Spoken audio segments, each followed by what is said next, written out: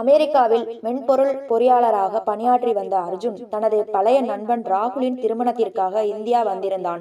ராகுல் ஒரு பெரும் செல்வந்தர் வீட்டு பிள்ளை. ஜெய்ப்பூரில் உள்ள ஒரு பழங்கால அரண்மனையை மொத்தமாக வாடகைக்கு எடுத்து திருமண ஏற்பாடுகளை செய்திருந்தான். அர்ஜுன் விமான நிலையத்தில் இறங்கியதும் அவனை வரவேற்க அவனது பழைய பள்ளி நண்பர்கள் பட்டாளமே வந்திருந்தது. 10 வருடங்களுக்கு பிறகு நண்பர்கள் அனைவரும் ஒன்றாக சந்தித்ததில் உற்சாகம் கரை புரண்டது. அந்த பிரம்மாண்ட அரண்மனையில் தங்கியிருந்த அவர்களுக்கு முதல் நாள் இரவு ஒரு பழைய நினைவை கீதா கிளறினாள். நண்பர்களே, உங்களுக்கு நம் பழைய ஸ்கூல் ஞாபகம் இருக்கா? அது பின்னாடியே ஒரு பாழடைந்த கட்டடம் இருக்குமே என்று கீதா பீடியை போட்டாள். ஆமாம், 30 வருஷத்துக்கு முன்னாடி ஒரு விபத்துல அந்த ஸ்கூல் எரிஞ்சு போச்சுன்னு சொல்லுவாங்களே என்றான் ராகுல். கீதா தொடர்ந்தாள். அந்த ஸ்கூல்ல ஒரு டீச்சர் தனியா மாட்டிக்கிட்டு உயிருடன் எரிஞ்சு போயிட்டாங்களாம். அன்னையில இருந்து இன்னைக்கு வரைக்கும் அந்த ஸ்கூல் கதவை யாருமே திறக்கல. ராத்திரியில அந்த பக்கமா போறவங்க யாரோ உள்ள இருந்து கதவை ஓங்கி தட்டுற சத்தத்தை கேட்டிருக்காங்க. யாராவது கதவை திறங்க, 30 வருஷமா உள்ளேயே இருக்கேன், என்னை வெளியே விடுங்கன்னு அலறல் சத்தம் கேட்குதாம். அமெரிக்காவிலிருந்து வந்த அர்ஜுன் இதை கேட்டு சிரித்தான். கீதா, நீ இவ்வளவு பெரிய பிசினஸ் உமன், ஆனா இன்னும் இந்த மாதிரி மூட நம்பிக்கைகளை நம்புற? இதெல்லாம் ஹாலிவுட் படத்துல வர கன்சூரிங் கதை மாதிரி இருக்கு என்று கேலி செய்தான். உடனே ஜீவா குறுக்கிட்டு, அர்ஜுன், நீ கேலி பண்ணாத. நம்ம கூட படிச்சானே குமார், ஞாபகம் இருக்கா? 15 வருஷத்துக்கு முன்னாடி அவன் அந்த பாழடைந்த வீட்டுக்குள்ள போக முயற்சி பண்ணான். இன்னைக்கு அவன் மனநிலை சரியில்லாம அதே ஏரியாவுல சுத்திக்கிட்டு இருக்கான். அவன் என்ன சொல்றான்னு தெரியுமா? உள்ள நான் ஒரு உருவத்தை பார்த்தேன், அது உயிரோடவும் இல்ல பிணமாவும் இல்லைன்னு சொல்லி இன்னைக்கும் பைத்தியமா அலைகிறான் என்றான். அர்ஜுனுக்கு அந்த இடத்தை பார்க்க வேண்டும் என்ற ஆர்வம் பிறந்தது. நம்ம ஸ்கூல்ல இருந்த அரை மணி நேர தொலைவு தானே, போய் தான் பார்ப்போமே என்றான். மற்ற நண்பர்கள் பயந்தாலும் அர்ஜுனின் பிடிவாதத்தாலும் ராகுலின் திருமண சந்தோஷத்தாலும் அனைவரும் ராகுலின் SUV காரில் நள்ளிரவு 12 மணிக்கு கிளம்பினார்கள். அவர்கள் பழைய பள்ளிக்கூடத்தை அடைந்தனர். இருள் சூழ்ந்த அந்த பகுதி பழைய நினைவுகளை கிளறினாலும் அதன் பின்னால் இருந்த அந்த எரிக்கப்பட்ட கட்டிடம் பார்க்கவே பயங்கரமாக இருந்தது. யார் உள்ளே போறது? இதுதான் கேள்வி. அர்ஜுன் தைரியமாக முன்னேறினான். நான் போறேன், உள்ளே போய் ஏதாவது இருக்கான்னு பார்த்துட்டு வரேன் என்று கூறிவிட்டு துருப்பிடித்த அந்த மரக்கதவை நெருங்கினான். அவன் கையை வைத்ததுமே அந்த தாழ்பால் உடைந்து கீழே விழுந்தது. கதவை திறந்தான். உள்ளே கருகிய மனம், ஏதோ விலங்கு செத்து அழுகிய நாற்றம் வீசியது. சுவர்கள் எல்லாம் கரும் புகையினால் அப்பப்பட்டிருந்தன. சட்டென்று அர்ஜுனின் காதுகளில் ஒரு மெல்லிய குரல் கேட்டது. அர்ஜுன், அர்ஜுன். யாரோ அவன் பெயரை சொல்லி அழைத்தார்கள். திடுக்கிட்டு நின்றான். வெளியே இருந்து ராகுல் கத்தினான். அர்ஜுன், போதும்டா, நாளைக்கு மறுநாள் எனக்கு கல்யாணம், தயவு செஞ்சு வெளியே வந்துடு. இங்க ஏதோ சரியில்லைன்னு என் மனசு சொல்லுது. எல்லாரும் பத்திரமா வீட்டுக்கு திரும்பணும். அர்ஜுன் சிரித்துக்கொண்டே வெளியே வந்தான். ஒன்னும் இல்லடா, சும்மா காத்துல கதவு ஆடுற சத்தம் தான், சரி வாங்க போகலாம் என்று சொல்லி எல்லாரையும் காரில் ஏற்றினான். ஆனால் அவன் அந்த கருகிய அறையின் கதவை மூட மறந்துவிட்டான். அடுத்த நாள் மெஹந்தி விழா. அரண்மனை முழுவதும் கொண்டாட்டங்கள். ஆனால் அந்த பட்டாளத்தில் ஒருத்தியை காணவில்லை. அது கீதா. கீதா எங்கே என்று அர்ஜுன் கேட்க, அவளுக்கு உடம்பு சரியில்லை, ரூம்ல ஓய்வு எடுக்கிறா என்றான் ராகுல். இரவில் அவளை பார்க்க அர்ஜுனும் ஜீவாவும் அவள் அறைக்கு சென்றனர். அங்கே கீதா போர்வையை போர்த்தி கொண்டு நடுங்கிக் கொண்டிருந்தாள். கீதா, என்னாச்சு? ஏன் இப்படி இருக்க? கீதா நடுங்கும் குரலில் சொன்னாள். நேத்து ராத்திரி நாம அந்த ஸ்கூல்ல இருந்து கிளம்பும் போது நீ கதவை திறந்துட்டு வந்தியே, அப்போ நான் தற்செயலா திரும்பி பார்த்தேன் அர்ஜுன். அங்கே ஒரு பொம்பளை நின்னுட்டு இருந்தா. அவ உருவம் தெளிவா இல்ல, ஆனா அவ பார்வை முழுக்க உன் மேலதான் இருந்தது. நாம காரை எடுத்துட்டு வரும்போது அவ அந்த இருட்டுல இருந்து எங்களை மிரட்சியா பார்த்துட்டு இருந்தா. எனக்கு பயமா இருக்கு அர்ஜுன். அர்ஜுன் அதை சிரித்து தள்ளினாலும் அவன் அடிமனதில் ஒரு நடுக்கம் ஆரம்பித்தது. ஏனெனில் அவனுக்கு மட்டும்தான் தெரியும், அந்த பாழடைந்த கட்டிடத்திற்குள் யாரோ அவன் பெயரை சொல்லி அழைத்தது. கீதா சொன்னதை கேட்டு அர்ஜுனின் முதுகுத்தண்டு ஜில்லிட்டது. அவள் பயத்தில் நடுங்கிக் கொண்டிருந்த விதம் அர்ஜுனின் பகுத்தறிவை மெல்ல அசைத்து பார்த்தது. கீதா, நீ ரொம்ப களைப்பா இருக்கு, அதான் ஏதோ நிழலை பார்த்து பயந்துட்ட என்று சமாதானப்படுத்த முயன்றான். ஆனால் அர்ஜுனின் ஆழ் மனதில் ஒரு கேள்வி குலைந்து கொண்டே இருந்தது. அந்த கட்டிடத்திற்குள் அவன் பெயர் எப்படி ஒலித்தது? கீதாவை ஓய்வெடுக்க சொல்லிவிட்டு அர்ஜுன் தன் அறைக்கு செல்ல மின்தூக்கியில் ஏறினான். லிப்ட் கதவு மூடிய அந்த நொடி அவனது நாசியை துளைத்தது அந்த மனம். அதே கருகிய நாற்றம், அதே அழுகிய பிணத்தின் வாடை. அர்ஜுன் பதறி போய் பின்னால் திரும்பினான். யாரும் இல்லை. ஆனால் அவனது தோளுக்கு பின்னால் யாரோ மூச்சு விடுவது போன்ற உணர்வு. மின் தூக்கியின் உலோக சுவரின் தெரிந்த அவனது பிம்பத்திற்கு பின்னால் ஒரு கருகிய உருவம் மின்னலென தோன்றி மறைந்தது. பயத்தில் உறைந்த அர்ஜுன் மொட்டை மாடிக்கு சென்றான். அங்கே திருமண களை கட்டியிருந்த அந்த அரண்மனையின் வெளிச்சம் அவனுக்கு துணிவை தந்தது. கீழே நீச்சல் குளத்தருகே நண்பர்கள் சிரித்து பேசிக் கொண்டிருந்தனர். எல்லாம் என் கற்பனைதான் என்று தன்னை தேற்றிக்கொண்டு திரும்பிய போது போது ஒரு பெண்ணின் விகாரமான சிரிப்பு சத்தம், யாரோ மொட்டை மாடியில் ஓடுவது போன்ற காலடி சத்தம் கேட்டது. அர்ஜுன் ஓடி சென்று பார்த்தான். அங்கே யாரும் இல்லை. ஆனால் அந்த சிரிப்பு அவனது காதுகளுக்குள்ளேயே ஒலிப்பது போல இருந்தது. அர்ஜுன் ஓடி சென்று நண்பர்களிடம் நடந்ததை கூறினான். இப்போது பயம் எல்லோரையும் தொற்றிக் கொண்டது. கீதா சொன்னாள், அர்ஜுன், இது சாதாரண விஷயம் இல்ல. அந்த ஆத்மா நம்மள விடாது. நாம இப்போவே அங்க போய் மன்னிப்பு கேட்கணும். அந்த தாழ்பாலை பூட்டிட்டு வந்தாதான் நமக்கெல்லாம் நிம்மதி. இரவு 2:30 மணி. மீண்டும் அதே SUV கார், அதே சுடுகாட்டு நிசப்தம். அவர்கள் அந்த எரிக்கப்பட்ட பள்ளியின் முன் நின்றனர். அர்ஜுன் மெல்ல உள்ளே நுழைந்து, தெரியாம செஞ்சிட்டேன், எங்களை மன்னிச்சிடுங்க, உங்களை நாங்க தொந்தரவு செய்ய மாட்டோம் என்று வேண்டினான். அப்போது கீதா பின்னால் இருந்து சொன்னாள், அர்ஜுன், நீ உள்ள போய் மன்னிப்பு கேளு, அப்போதான் அந்த ஆத்மா சாந்தியாகும். அர்ஜுன் இருட்டுக்குள் சில அடிகள் எடுத்து வைத்தான். அப்போது வலது பக்கத்தில் இருந்து அதே விகாரமான சிரிப்பு கேட்டது. அர்ஜுன் திடுக்கிட்டு பார்த்தான். அங்கே கீதா நின்று கொண்டிருந்தாள். அவள் கண்கள் சிவந்து முகம் விகாரமாக மாறியிருந்தது. அவள் உடல் முழுவதும் ஒரு அமானுஷ்ய சக்தி புகுந்திருப்பது தெரிந்தது. நான் தான் அவள். 30 வருஷமா இந்த நெருப்புக்குள்ள வெந்து செத்தவள் நான் தான். என் தாகம் இன்னும் அடங்கல.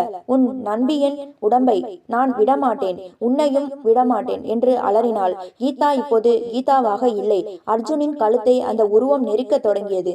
மூச்சு திணறிய அர்ஜுன் மயக்கமடையும் நிலையில் இருந்தபோது யாரோ அந்த பள்ளியின் கதவை உடைத்து கொண்டு உள்ளே வருவது தெரிந்தது.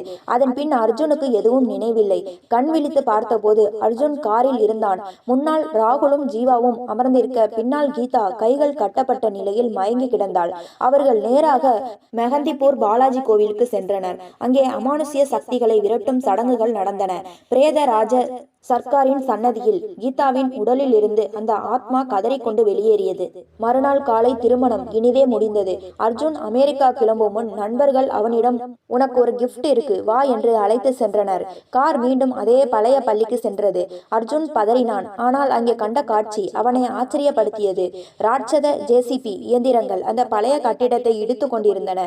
இது ஆக்கிரமிப்பு நிலம்னு அரசாங்கம் இடிக்க சொல்லிருச்சு அர்ஜுன். இனிமே இங்க புது ஸ்கூல் வரும், எந்த பேயும் இருக்காது என்றான் ராகுல். அர்ஜுன் நிம்மதியுடன் அமெரிக்கா பறந்தான். ஆனால் கதை இத்துடன் முடியவில்லை. 2 ஆண்டுகள் கழித்து அர்ஜுனுக்கு இந்தியாவில் இருந்து ஒரு அழைப்பு வந்தது. அதே இடத்தில் கட்டப்பட்ட புதிய பள்ளியின் கழிவறையில் ஒரு சிறுவனின் உடல் கண்டெடுக்கப்பட்டது. அங்கே ஒரு டீச்சர் நள்ளிரவில் அலைகிறார், குழந்தைகளை தூக்கி செல்கிறார் என்று மக்கள் இப்போதும் அலறுகிறார்கள்.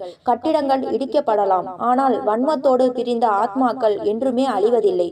அர்ஜுன் அமெரிக்காவின் மினசோட்டா மாகாணத்தில் தனது அடுக்குமாடி குடியிருப்பில் அமர்ந்திருந்தான்.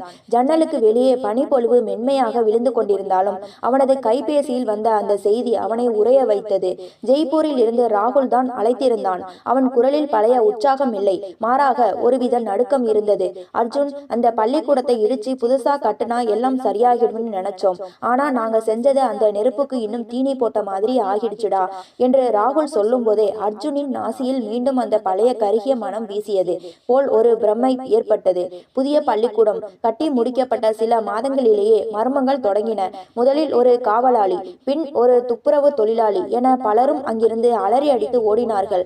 ஆனால் உச்சகட்டமாக ஒரு சிறுவனின் உடல் எரிக்கப்பட்ட நிலையில் கண்டெடுக்கப்பட்ட போதுதான் ஊரே பதறியது. அர்ஜுன் அந்த பையன் செத்த இடத்துல ஒரு பழைய கரிக்கட்டையால சுவர்ல ஒரு பெயர் எழுதியிருந்தது. ராகுல் சற்று தயங்கினான். என்ன பெயர் ராகுல்? உன் பெயர் அர்ஜுன், உன் பெயர்தான் அங்கு இருந்தது.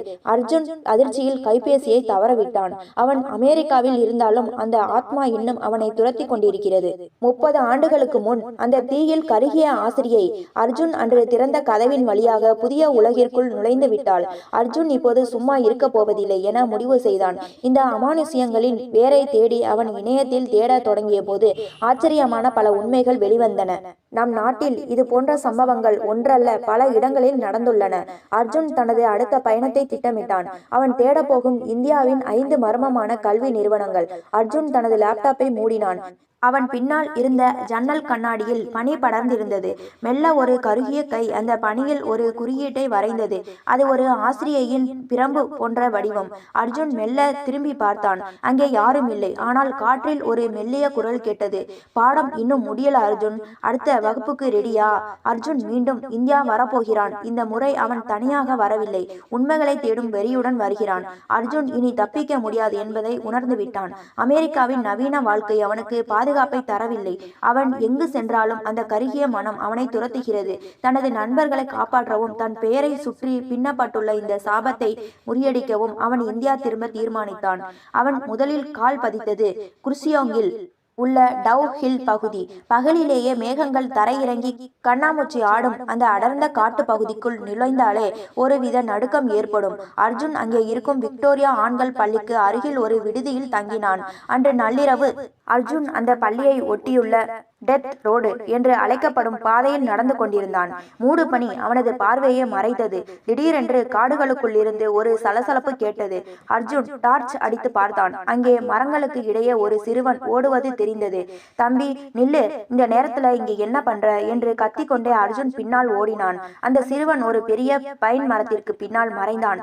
அர்ஜுன் மூச்சிறைக்க அந்த மரத்தை நெருங்கிய போது அவனது இரத்தம் உறையும் ஒரு காட்சியை கண்டான். அந்த சிறுவன் மெல்ல திரும்பினான். அவனுக்கு தலை இல்லை. வெட்டப்பட்ட கழுத்திலிருந்து இரத்தம் வலியவில்லை. மாறாக அந்த இடம் கருகி போய் இருந்தது. அர்ஜுன் பின்வாங்கிய போது அந்த சிறுவன் மறைந்து விட்டான்.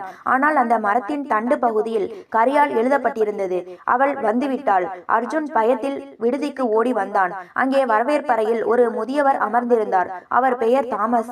அந்த பள்ளியில் பல ஆண்டுகள் காவலாளியாக இருந்தவர். அர்ஜுன், நீ தேடி வந்த ஆசிரியை சாதாரணமானவள் இல்லை என்றார் தாமஸ் மெல்லிய குரலில். அர்ஜுன் அதிர்ந்து போனான்.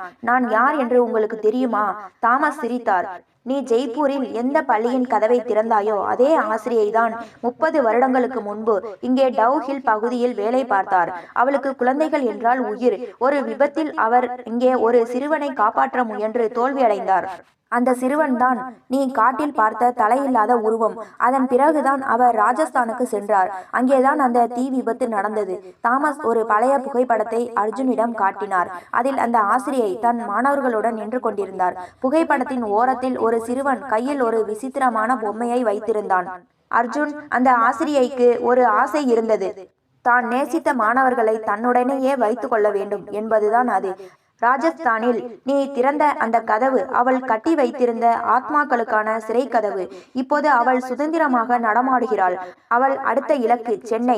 அர்ஜுன் திடுக்கிட்டான். சென்னைக்கா? அங்கே ஏன்? ஏனென்றால் நீ அடுத்து போகும் சென்னை IIT வளாகத்தில் தான் அவளது வம்சத்தை சேர்ந்த கடைசி நபர் ஒரு மாணவனாக படித்து கொண்டிருக்கிறான். அவனை தேடித்தான் அவள் போய்க் கொண்டிருக்கிறாள். அவனை அவள் நெருங்கிவிட்டால் இந்த சாபம் இன்னும் பல உயிர்களை பழிவாங்கும். அர்ஜுன் அடுத்த விமானத்தை பிடித்து சென்னைக்கு விரைகிறான். அர்ஜுன் சென்னை விமான நிலையத்தில் இறங்கிய போது அந்த ஊரின் ஈரப்பதமான காற்றோடு சேர்ந்து ஒருவிதமான பிணவாடை வீசுவதை உணர்ந்தான். டார்ஜிலிங்கில் தாமஸ் சொன்ன வார்த்தைகள் அவன் காதுகளில் ஒலித்து கொண்டே இருந்தன. சென்னை IIT வளாகத்தின் அடர்ந்த வனப்பகுதிக்குள் ஏதோ ஒன்று அவனுக்காக காத்து கொண்டிருந்தது. சென்னை IIT வளாகம் ஆயிரக்கணக்கான ஏக்கர் பரப்பளவில் பறந்து விரிந்திருக்கும் அந்த வனப்பகுதிக்குள் நுழைந்தாலே சென்னையின் பரபரப்பு மறைந்து ஒரு நிசப்தம் சூழ்ந்து கொள்ளும். அர்ஜுன் தாமஸ் கொடுத்த முகவரியை வைத்து அந்த மாணவனை தேடி சென்றான். அவன் பெயர் சித்தார்த். இறுதி ஆண்டு ஆராய்ச்சி மாணவன். சித்தார்த் தங்கியிருந்தது அந்த வளாகத்தின் மிக பழமையான பாழடைந்த ஒரு விடுதி அறையில். அந்த விடுதியை சுற்றி முட்புதர்களும் பழங்கால ஆலமரங்களும் சூழ்ந்திருந்தன. அர்ஜுன் விடுதிக்குள் நுழைந்த போது அங்கிருந்த மாணவர்கள் அவனை விசித்திரமாக பார்த்தனர். சித்தார்த் அவன் இப்போதெல்லாம் யாரிடமும் பேசுவதில்லை. எப்போதும் அந்த பழைய ஆலமரத்தடியில் அமர்ந்து யாருக்கோ பாடம் சொல்லி கொடுத்து கொண்டிருக்கிறான் என்று ஒரு மாணவன் பயத்துடன் சொன்னான். அர்ஜுன் அந்த ஆலமரத்தை நோக்கி ஓடினான். அங்கே சித்தார்த் அமர்ந்திருந்தான். அவனுக்கு முன்னால் யாரும் இல்லை. ஆனால் அவன் காற்றில் கரும்பலகையில் எழுதுவது போல சைகை செய்து ஏதோ விளக்கி கொண்டிருந்தான். அர்ஜுன் சித்தார்த்தை நெருங்கிய போது திடீரென அந்த இடத்தின் வெப்பநிலை மலமளவென குறைந்தது. மதிய வெயிலிலும் அந்த பகுதி இருளடைந்தது. சித்தார்த் மெல்ல தலை நிமிர்ந்தான். அவன் கண்கள் முற்றிலுமாக கருமையாக மாறியிருந்தன. அர்ஜுன், வகுப்புக்கு லேட்டா வந்துட்டியே. சித்தார்த்தின் குரல் ஒரு பெண்ணின் குரலாக மாறியிருந்தது. அர்ஜுன் பின்வாங்கிய போது அவனுக்கு பின்னால் இருந்த மரக்கிளைகளில் இருந்து அந்த கருகிய மனம் வீசியது. மரத்தின் மேலிருந்து ஒரு உருவம் மெல்ல கீழே இறங்கியது. அது அந்த ஆசிரியை. அவள் முகம் பாதி எரிந்த நிலையில் கண்கள் மட்டும் அர்ஜுனை வன்மத்தோடு பார்த்தன. நீ திறந்த கதவு என் தாகத்தை தீர்க்கவில்லை அர்ஜுன். என் இரத்தமான இந்த சித்தார்த்தை என்னுடன் அழைத்து செல்லவே நான் வந்தேன். இவன் என் வம்சத்தின் கடைசி துளி. இவனையும் தீயிற்கு இரையாக்கினால்தான் என் ஆத்மா சாந்தி அடையும் என்று அந்த உருவம் கர்ஜித்தது. அந்த உருவம் சித்தார்த்தை நெருங்கிய போது அர்ஜுன் கையில் இருந்த ஒரு பழைய மந்திர தாயத்தை வெளியே எடுத்தான். அது டார்ஜிலிங்கின் தாமஸ் கொடுத்தது.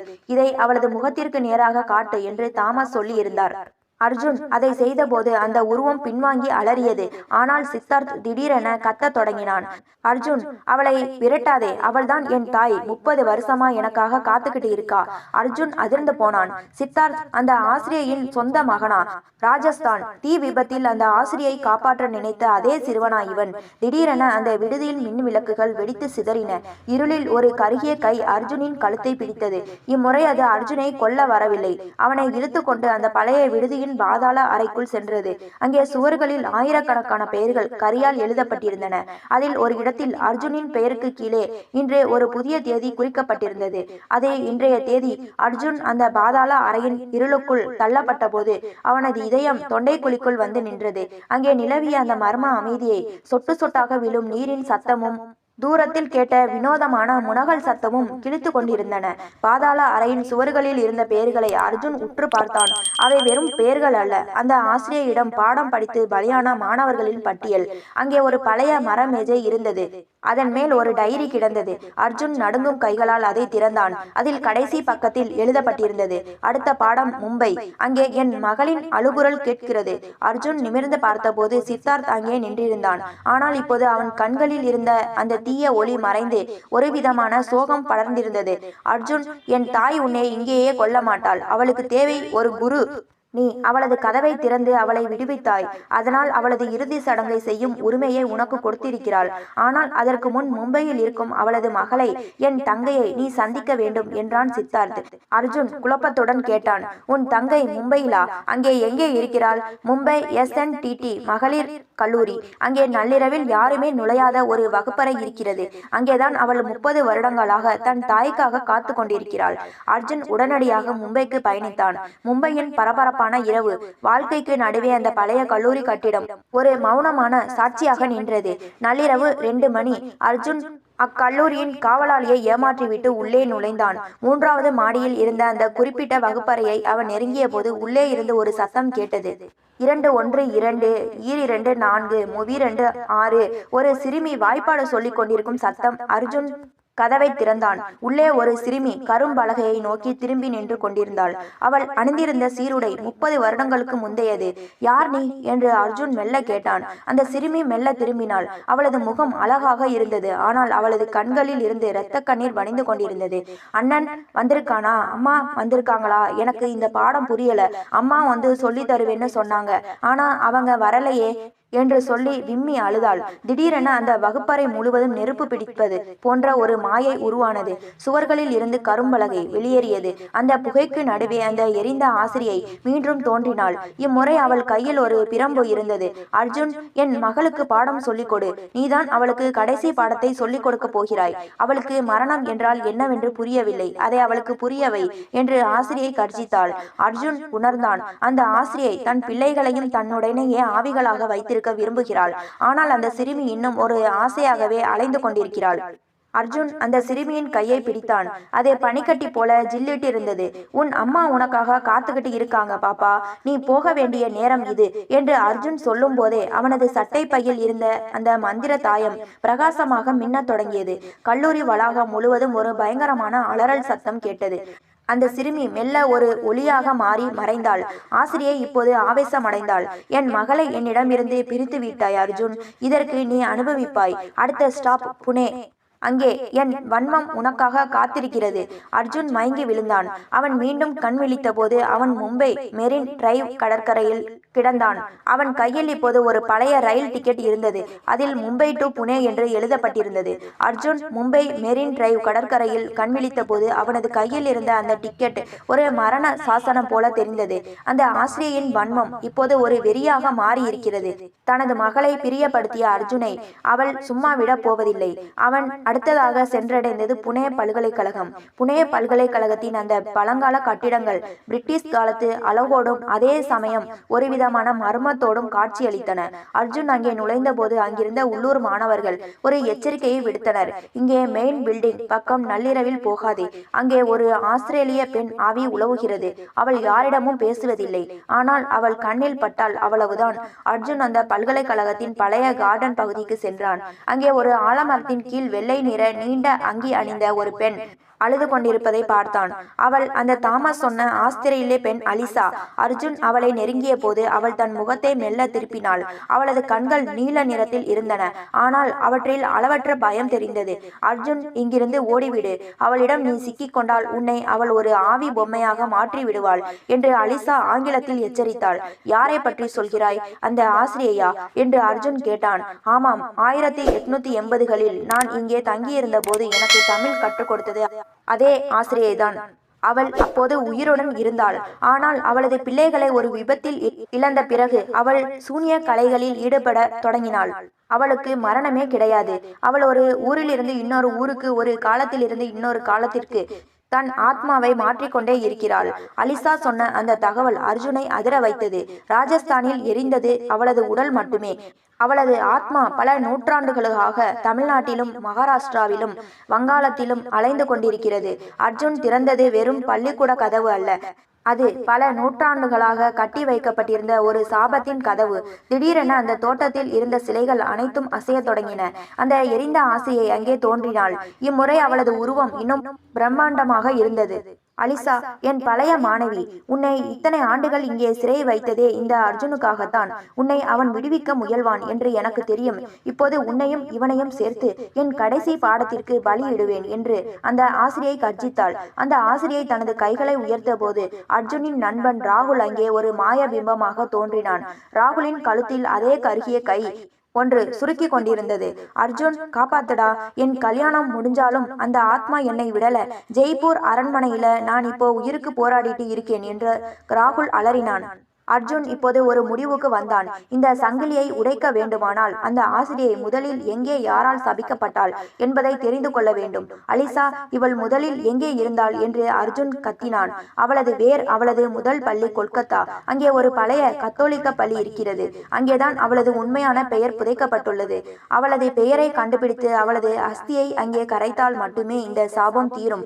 அர்ஜுன் தன் கையில் இருந்த மந்திர தாயத்தை உயர்த்தி பிடித்து அந்த ஆசிரியையின் பிம்பத்தை சிதறடித்தான். ஆனால் அது ஒரு தற்காலிக வெற்றிதான். அவன் உடனே கொல்கத்தாவுக்கு கிளம்ப வேண்டும்.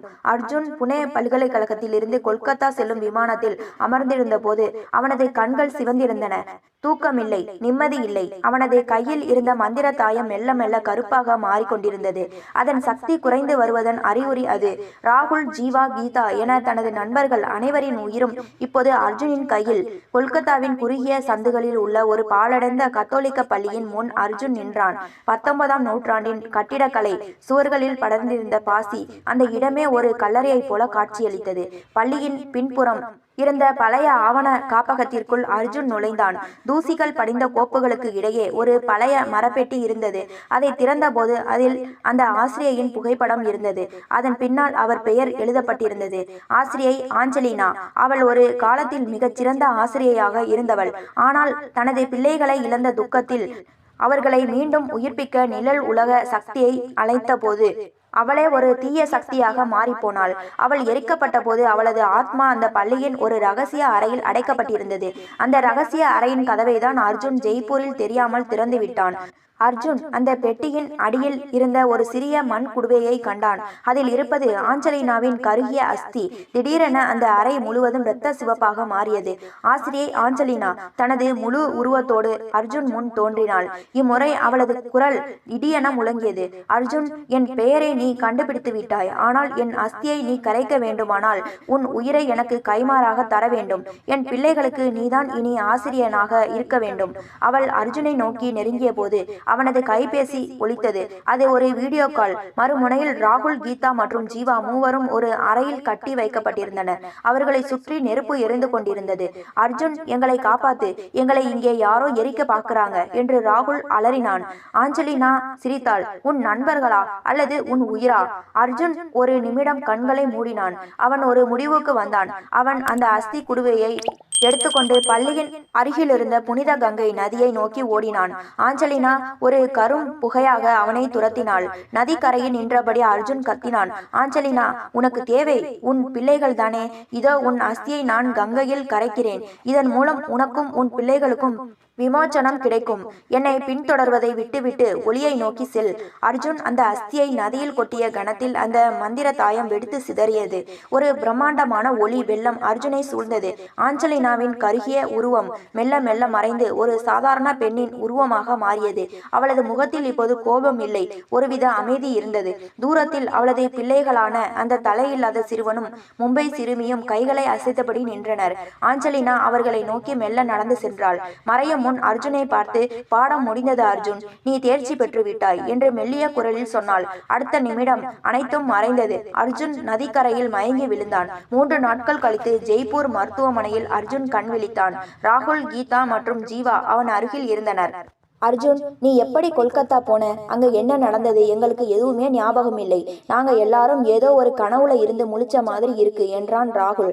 அர்ஜுன் சிரித்தான். அதெல்லாம் ஒரு பெரிய கதைடா. இப்போதைக்கு நாம எல்லாரும் உயிரோட இருக்கோம், அது போதும். அர்ஜுன் அமெரிக்கா திரும்பினான். ஆனால் இன்று வரை அவன் எந்த பழைய கட்டிடத்தை பார்த்தாலும் அதன் கதவை திறக்க தயங்குவான். அவனது டைரியில் அவன் கடைசியாக எழுதிய வரி, சில கதைகள் சொல்லப்பட வேண்டியவை, ஆனால் சில கதவுகள் ஒருபோதும் திறக்கப்படக்கூடாதவை. கதை நிறைவடைந்தது. அர்ஜுனின் இந்த திகில் பயணம் உங்களுக்கு பிடித்திருந்ததா? இது போன்ற மற்றும் ஒரு சுவாரஸ்யமான கதையை உருவாக்க வேண்டுமானால் சொல்லுங்கள், நான் காத்திருக்கிறேன். இது போன்ற கதைகளை தொடர்ச்சியாக கேட்க லைக் பண்ணுங்க, ஷேர் பண்ணுங்க, கமெண்ட் பண்ணுங்க, மறந்து விடாமல் சப்ஸ்கிரைப் பண்ணுங்க.